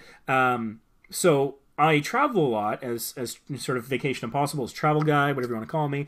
And so I'll often be gone for, a week or two every other month, basically. I travel a lot. That's part of how I have this backlog of videos I need to edit and get up. And so there'll be weeks, 2 weeks or more, where I won't upload a video. And so I'm watching my view counts and my watch time and how it's interacting with different events. And one thing I've noticed is when I upload a video after having not uploaded a video for a couple of weeks, even if that video sucks, if that video tanks, that video gets 3 views and stops dead, right? Even if that video sucks, you know what happens to all my other videos? They get more views. Why is that? Because I think a channel having uploaded a video within the last week gives an algorithmic advantage to your entire back catalog. This is one of the algorithmic advantages I think that people like daily vloggers really take advantage of. News channels, talk shows, nightly comedy shows, things like that post super consistently, is because that new video, even if it sucks, I mean, if it rocks, even better. But if it doesn't perform well, maybe it's a good video that doesn't perform well for whatever reason. The SEO didn't work out, it wasn't shared in the right place, poor timing, whatever. It could be the best video ever made, but for some reason doesn't perform well.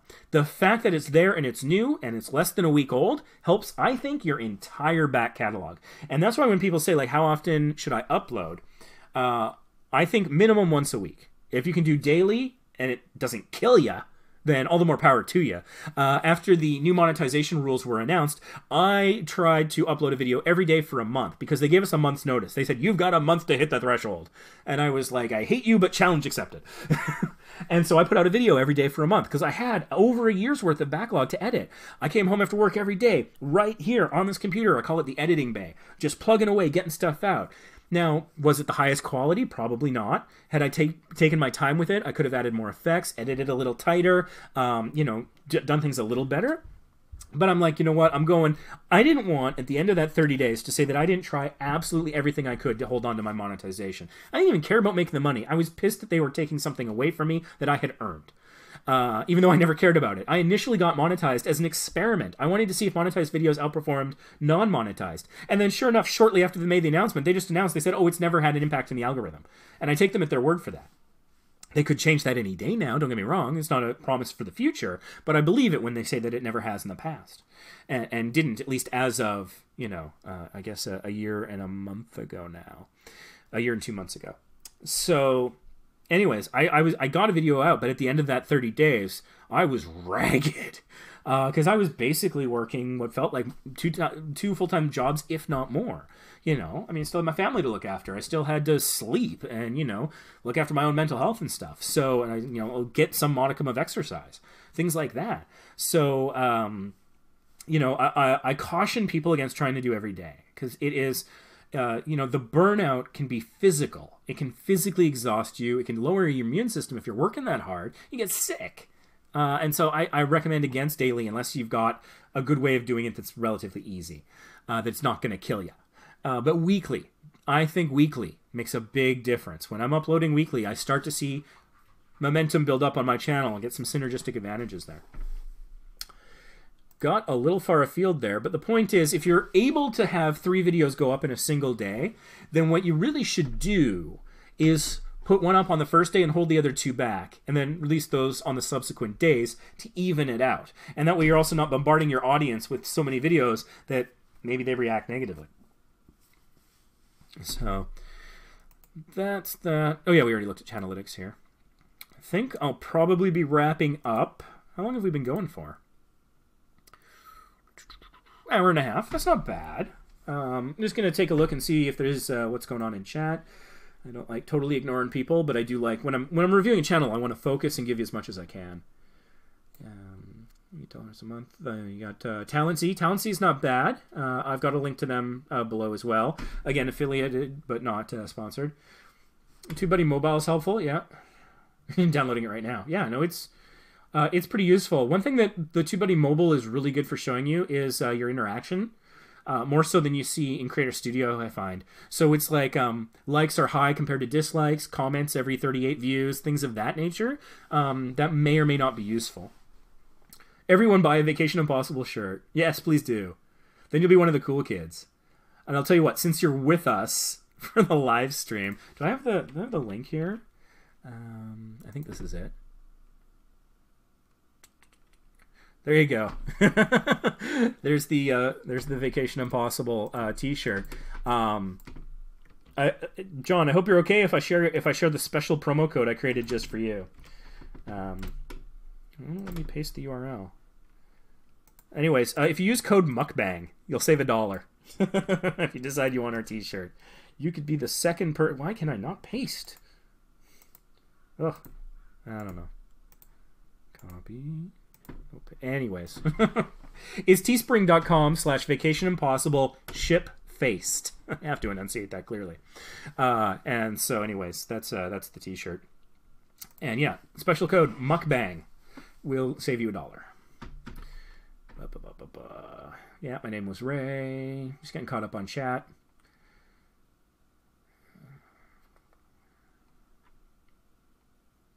$90 subs, but loads of views. How does that happen? I kind of want to dispel the myth that views and subscribers are in any way connected. They are in the sense of like the algorithm probably factors it in. I mean, I know it does.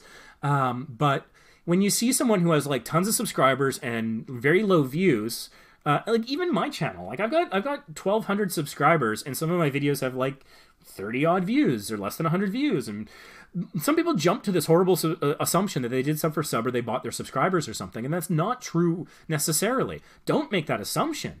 It's a dangerous assumption to make because it's just not likely to be accurate. The way that subscriptions work on YouTube is you kind of support someone by subscribing to them, but that YouTube does not show your videos to your subscribers without notifications turned on.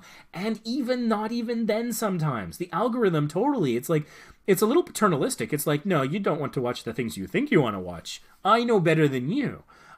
Which, I mean, I'm not a fan of that. And a lot of creators have issue with that, and I understand. I sympathize, but it's but we can't blame the creator for YouTube behaving that way. And so you can have tons of subscribers and very few views. You can have tons of views and no subscribers. A great example is my channel. I have a travel channel. So let's say that you're going to Alaska and you don't know how to dress for Alaska because you've never been there before. Do I need a parka? Do I need an umbrella? Those are questions I had before I went. And so people will go, they'll watch my video, and they'll be like, oh, okay, I need a full zip fleece. Spoiler alert, that's what I recommend as like the essential thing for Alaska. And I talk about the other things too. No, not really an umbrella. You don't really need waterproof. You know, you can have an umbrella with you, but don't use it on the cruise ship. You know, stuff like that. But just because somebody got what they needed out of that video doesn't mean they're going to subscribe to my channel, because what if I'm headed to Mexico next week and they have zero interest in going to Mexico? You know, maybe they'll like me for whatever reason, but that's not the core of the channel. The channel's not a personal vlog. It's not, oh, Ray's so awesome and entertaining that you should come and watch me all the time. Although, hey, if you feel that way, that's awesome and please do. But that's not what it's about. It's about providing inspiration and value and information. So once I got my 1,000 subscribers, I like subscribers and I look at it and stuff, but I don't let it bother me if it's not growing or if I lose a few anymore. Partly because I focus on the views because of the nature of my channel. My channel is informational and inspirational, and hopefully we'll get the subscribers, but really it's the views. And so you can have huge views. You know, if it's a do-it-yourself or a tech channel, like, you know, I had to do, you know, if you had to do an oil change for your model of a car, it doesn't mean you're going to watch them modify a Mustang next week if you don't have a Mustang. So let's for one thing, let's not be all judgy and jumping to like the worst conclusions about each other as YouTubers. And just like, yeah, let's uncouple this assumption that subscribers equals views or views equals subscribers. They can, but it's not a one-to-one. It's not a guarantee. And when you see a disconnect there, it's not likely the fault of the creator. It could be the platform, and it could be the nature of their content. It's just the way it is. So, sorry, got a little ranty there. Naturally, Zandra says that they think they found their niche, which is awesome. Yeah, niching down as much as possible is great. About section. The about page of your YouTube channel is pretty important. How do I add the featured channel that YouTube recommends? You would do that by go to YouTube. Let's switch accounts because I don't want to play around with this with Vacation Impossible. And switch over to Small YouTubers Boost. And then I'm going to go to my channel. And I'm logged in as.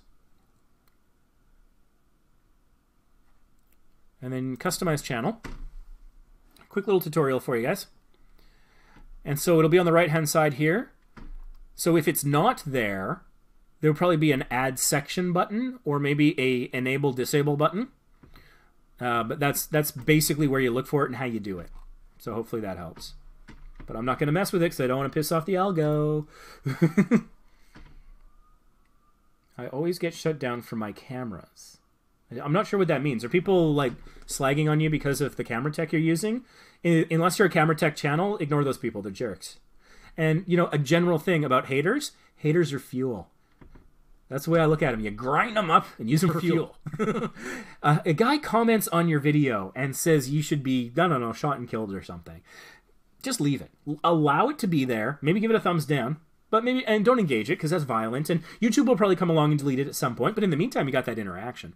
But let's say somebody comes along and says something. Oh, here's a great example. On my Vacation Impossible channel, I have a spa rant video. There's a spa on the Carnival Dream that screwed us over 8 ways from Sunday. You can watch the video. I won't rant about it now. And so I'm in our cabin, and I'm hopping mad, right? Because they'd just done like the last indignity. And so I've got my camera, my little Canon Vixia HF-R40, whatever this thing is. And so I've got it, and I'm recording. But there's no good surface in a cruise cabin to place it without moving tons of stuff around. Like I do that for my podcast, and I just want to get this down. It was cathartic. I needed to get it out. So I've got my I've got my thing here, and I'm holding it as far as my arm will reach. Okay, and so I'm like pretty close to the camera, right? And so people constantly comment on that video. A lot of things. A lot of them are like, "Hey, thanks for the information." because I'm advising them about smarter ways to use the spa and avoid financial risk and bad service and stuff. But some people every now and then are like, dude, why are you so close to the camera? Hey, they're haters. I can use this. I come back and I say, hey, man, my arms are only so long. And then they'll come back and be like, oh, put it on something. And we'll get back and forth, right? And it'll start as a hate comment. Maybe it'll get to a better place. Maybe it won't. Maybe they'll just come back and crap on me some more. But every time they come back, it's another view. If they're not pausing the video right away, it's more watch time while they're typing out their hate. So it's fuel. Bring it on. You know, people are like, oh, I like to keep it tidy and stuff in my comment section. And I can respect that. That's fine. It's okay choice. On Vacation Impossible, I pretty much... You know, in as long as it's not like link dropping and stuff, I largely let whatever it is slide, even if it's super hate. If it's super bad, YouTube will catch it eventually. And you know, if it's something I can work with, I'll try to engage with them, and maybe I'll turn it around, or maybe they'll just, you know, because haters got to get the last word, right? Use that to your advantage. Just make the puppet dance, you know.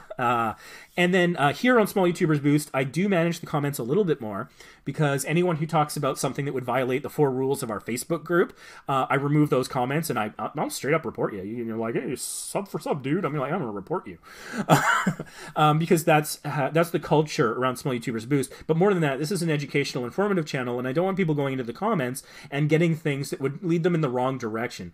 You do sub for sub, or you buy subs or views or whatever, you're gonna get your channel shut down, and I don't want to see that happen to people.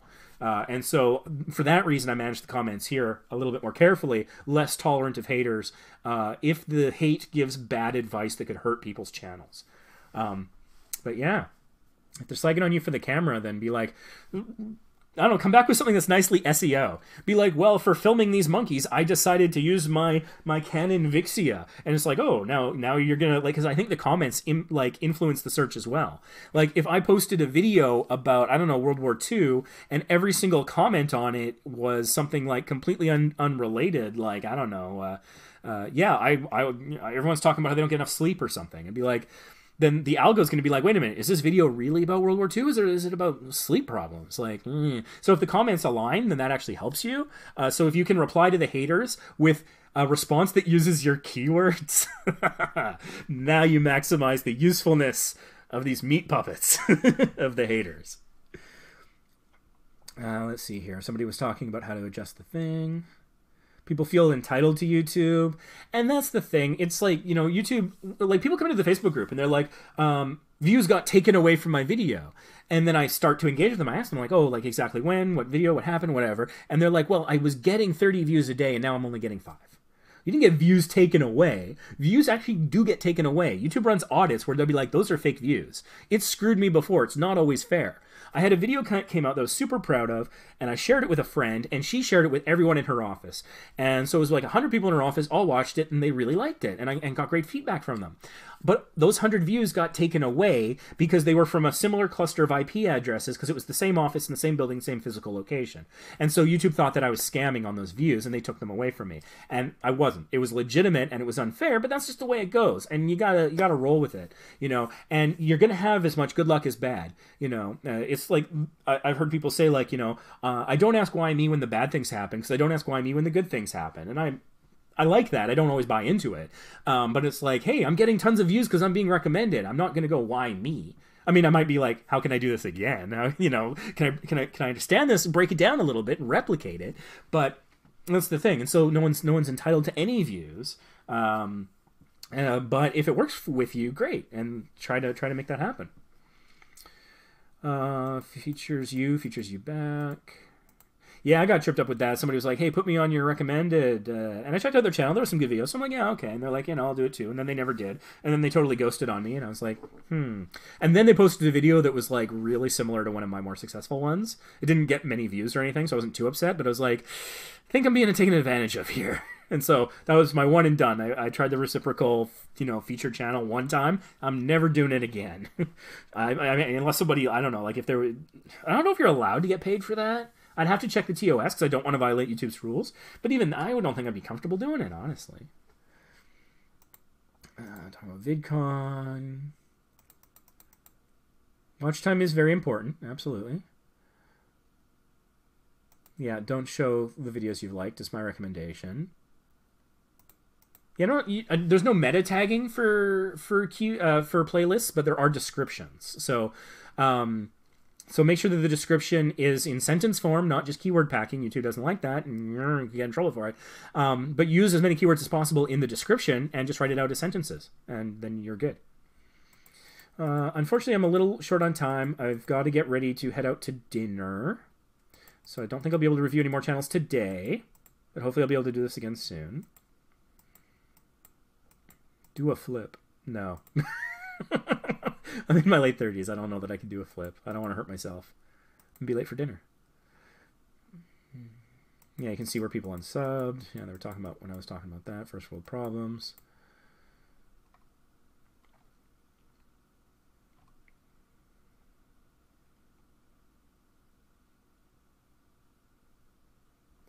The something or other tour suit.tv. Finally, someone who can relate to me. I honestly, I don't know that I've ever had someone say to me, yeah, I have videos from a year ago I need to edit too. So I thought I was alone there. So that's nice. 5-day trip, filmed 16 episodes. So that's 16 weeks of content. Yeah. Unfortunately, I'm a little out of time. You mentioned someone giving you trouble for your GoPro. Oh, you can't film in places with your camera. Okay, and then I went on a tangent, and that's nothing to do with what you were saying. Yeah, okay, sorry about that. Yeah, well, that's one of the things too, though. Like, I really like amusement parks. I'm an amusement park guy, and being a YouTube guy, I want to film as much as I can, right? And so, but the thing is are you wringing your hands with glee? I don't know. Look at that bald dude I disliked. Ha ha ha. Can you comment that down below, please?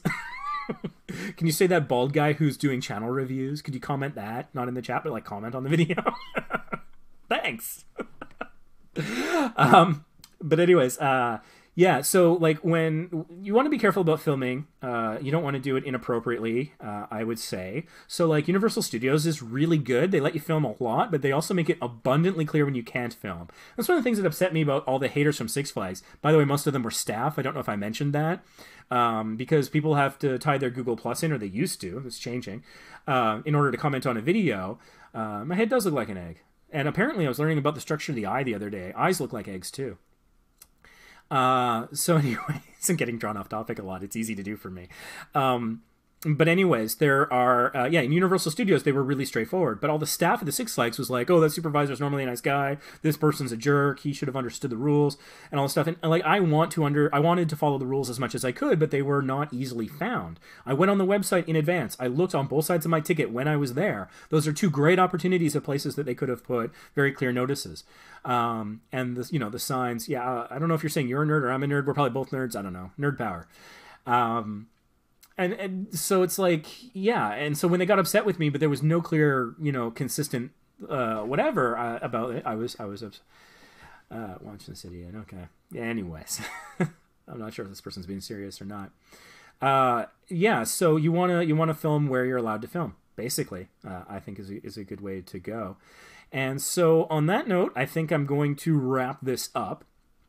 So one thing I try to do with these live streams is I try to give you guys something actionable to do.